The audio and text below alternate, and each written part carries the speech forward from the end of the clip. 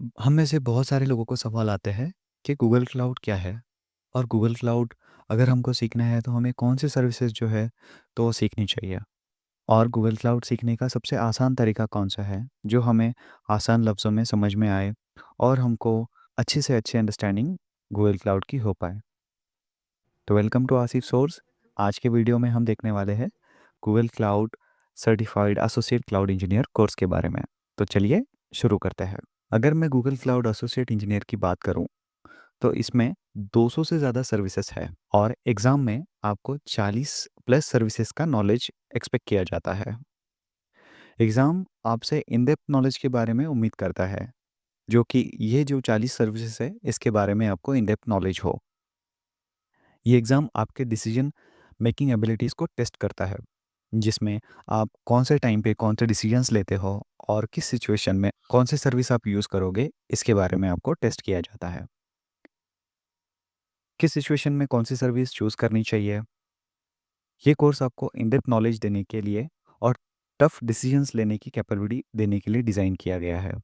मेरा गोल है कि आपको ज़्यादा से ज़्यादा जीसीपी की रियल वर्ल्ड प्रोजेक्ट्स के बारे में मैं आपको इन्फॉर्मेशन दूँ और जीसीपी के सर्विसेज को समझने में मैं आपकी हेल्प करूँ। तो इस सर्टिफिकेशन में आगे कैसे बढ़े? ये एक चैलेंजिंग सर्टिफिकेशन है और आपसे उम्मीद की जाती है कि आप बहुत सारे सर्विसेज को याद रख पाएँ। ह्यूमन लिमिटेशंस होने की वजह से हम वक्त के साथ बहुत सारी चीज़ें भूलते भी हैं।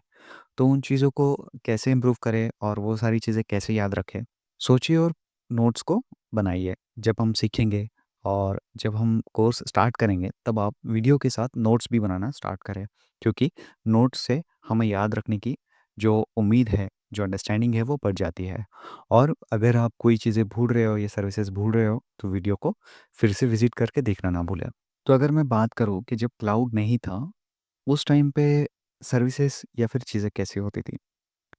तो हम एग्जांपल लेंगे एक ऑनलाइन शॉपिंग ऐप का, जिसमें चैलेंज होता था कि फेस्टिवल सीजन्स के ऊपर या फिर ईद या दिवाली के ऊपर बहुत सारे लोग ना शॉपिंग करने के लिए विजिट करते थे।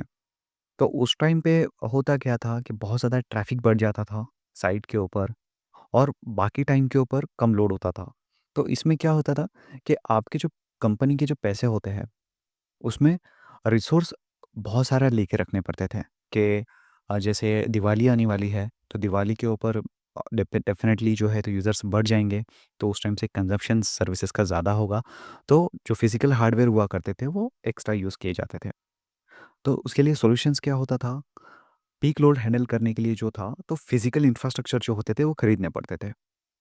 और उसका एक मेजर प्रॉब्लम ये था कि लो ट्रैफिक के टाइम पे ये इंफ्रास्ट्रक्चर इडल रहता था, मतलब वो सेम रहता था, जिससे पैसे वेस्ट होते थे। क्लाउड के साथ ये प्रॉब्लम सॉल्व हो जाती है, क्योंकि क्लाउड ईज़िली स्केल करता है और आप आपके इंफ्रास्ट्रक्चर को कभी भी स्केल अप या स्केल डाउन कर सकते हो। नेक्स्ट अगर मैं सेकंड एग्ज़ाम्पल की बात करूँ, तो एक स्टार्टअप कंपनी है जिसमें वो कंपनी सडनली बहुत ज़्यादा पॉपुलर हो जाती है और लोड बढ़ जाता है यूज़र्स का। तो उस लोड को कैसे हैंडल करें?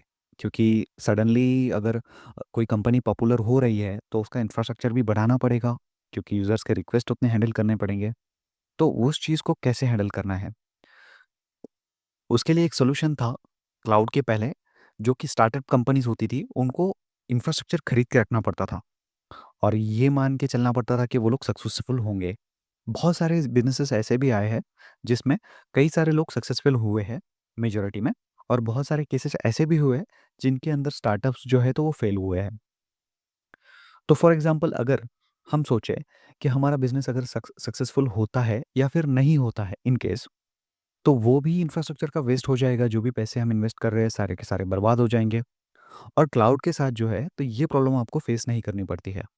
क्लाउड के साथ आप इज़िली स्केल अप कर सकते हो और आगे सक्सेस ना भी मिले तो कॉस्ट कम हो जाती है। लॉस का जो चांसेस होता है, जो जो पैसे लॉस होने वाले हैं, उसमें हमको कम रिस्क होता है। तो क्लाउड के पहले चैलेंजेस कौन से थे?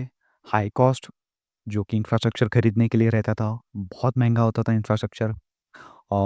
जो है आगे की प्लानिंग करनी पड़ती थी कि जैसे फ्यूचर में हमको कितना इंफ्रास्ट्रक्चर लगने वाला है और कौन-कौन सा इंफ्रास्ट्रक्चर हम यूज़ करेंगे, क्या-क्या कैपेसिटी होनी चाहिए उस इंफ्रास्ट्रक्चर की। सेकंड, फ्यूचर का गेस करके इंफ्रास्ट्रक्चर का प्लान करना पड़ता था।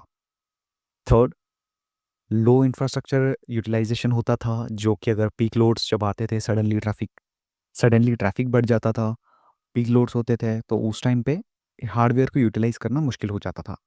पीक लोड के लिए इंफ्रास्ट्रक्चर को खरीदना पड़ता था, जो कि बाकी टाइम वैसे ही रहता था और यूज़ नहीं होता था। डेडिकेटेड इंफ्रास्ट्रक्चर का मेंटेनेंस जो होता था, उसके लिए अलग से टीम लगानी पड़ती थी और इंफ्रास्ट्रक्चर को मेंटेन करने के लिए एक डेडिकेटेड टीम रखनी पड़ती थी, जो कि एक स्टार्टअप अफोर्ड नहीं कर सकता। तो क्लाउड के अंदर सिल्वर लाइनिंग क्या है? कैसे हो अगर आप रिसोर्स को सिर्फ तब यूज़ करें जब आपको सबसे ज़्यादा ज़रूरत हो, और जब आपको ज़रूरत ना हो, उस ज़रूरत के मुताबिक आप रिसोर्स का जो कंज़प्शन है उसको कम करें, या फिर कम या ज़्यादा कर पाएँ आपकी ज़रूरत के हिसाब से। तो ये होता है ऑन डिमांड रिसोर्स प्रोविज़निंग में, जो इलास्टिसिटी के नाम से भी जाना जाता है और आपको इंफ्रास्ट्रक्चर के ऊपर इलास्टिसिटी प्रोवाइड करता है। इलास्टिसिटी का मतलब है कि आप अपने रिसोर्सेस के नीड के हिसाब से इंफ्रास्ट्रक्चर को स्केल अप या स्केल डाउन कर सकते हो, बिना किसी वेस्ट के। तो क्लाउड के एडवांटेज के बारे में अगर हम बात करें, तो सबसे पहला एडवांटेज क्या है? कैपिटल एक्सपेंसेस को वेरिएबल एक्सपेंसेस में बदलना। जो कि हमारा कैपिटल बिज़नेस के लिए लगने वाला है, वो उतना कैपिटल नहीं लगेगा, क्योंकि हम सर्विसेज़ रेंट पर ले रहे हैं। जबकि हमको ज़रूरत होंगी तब हम एक्स्ट्रा सर्विसेज़ यूज़ करेंगे, और जब ज़रूरत नहीं होंगी, उस टाइम पे हम सर्विसेज़ का यूज़ कम कर देंगे। Second, massive economic of scale का फ़ायदा उठाना। क्लाउड का इंफ्रास्ट्रक्चर लार्ज स्केल पर होता है, जो कि आपको कॉस्ट इफेक्टिव सॉल्यूशन देता है। तीसरा, कैपेसिटी को गेस करने की ज़रूरत नहीं है। आपको फ्यूचर कैपेसिटी का गेस करने की कोई ज़रूरत नहीं पड़ती है, क्योंकि क्लाउड इजीली स्केल हो सकता है हमारे ज़रूरत के हिसाब से। चौथा, डेटा सेंटर को रन और मेंटेन करने पर बहुत सारे पैसे खर्चा होता है, तो उसकी भी ज़रूरत नहीं पड़ती है, क्योंकि cloud services provider data centre को हैंडल करते हैं, और इसीलिए हमको कोई मेंटेनेंस का टेंशन नहीं होता है। और पाँचवा, हम कभी भी विदिन मिनट्स के अंदर ग्लोबली जा सकते हैं। तो आप अपने सर्विसेज को स्केल कर सकते हो बिना किसी टाइम डिले के, और मिनट्स में जो है तो आपका जो इंफ्रास्ट्रक्चर है वो स्केल हो जाएगा।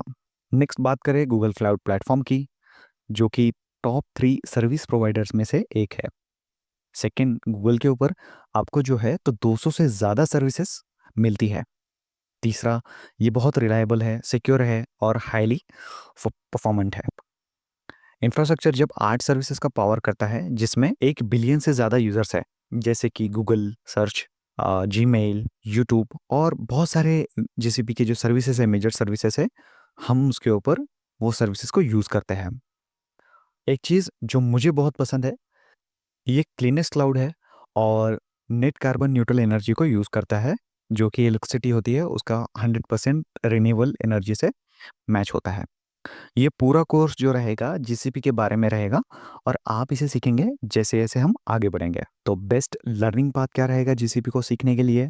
First of all, cloud application का मल्टीपल जीसीपी सर्विसेज का यूज़ यूज़ करना पड़ेगा। सेकंड, इन सर्विसेज को इंडिपेंडेंट तरीके से सीखने का दूसरा कोई तरीका नहीं है, लेकिन मैंने जो है तो इस तरीके को सिंपल वे तैयार किया है। ये जो वे रहेगा स्टेप बाय स्टेप आपको गाइड करेगा, जिसमें आप जीसीपी के सर्विसेज के बारे में इफेक्टिवली सीखोगे और समझ पाओगे। जो लोग नए हैं, वीडियो देख रहे हैं, चैनल को सब्सक्राइब कर ले और आने वाले वीडियोस के लिए बेल आइकन पर प्रेस करें। मिलते हैं नेक्स्ट वीडियो में।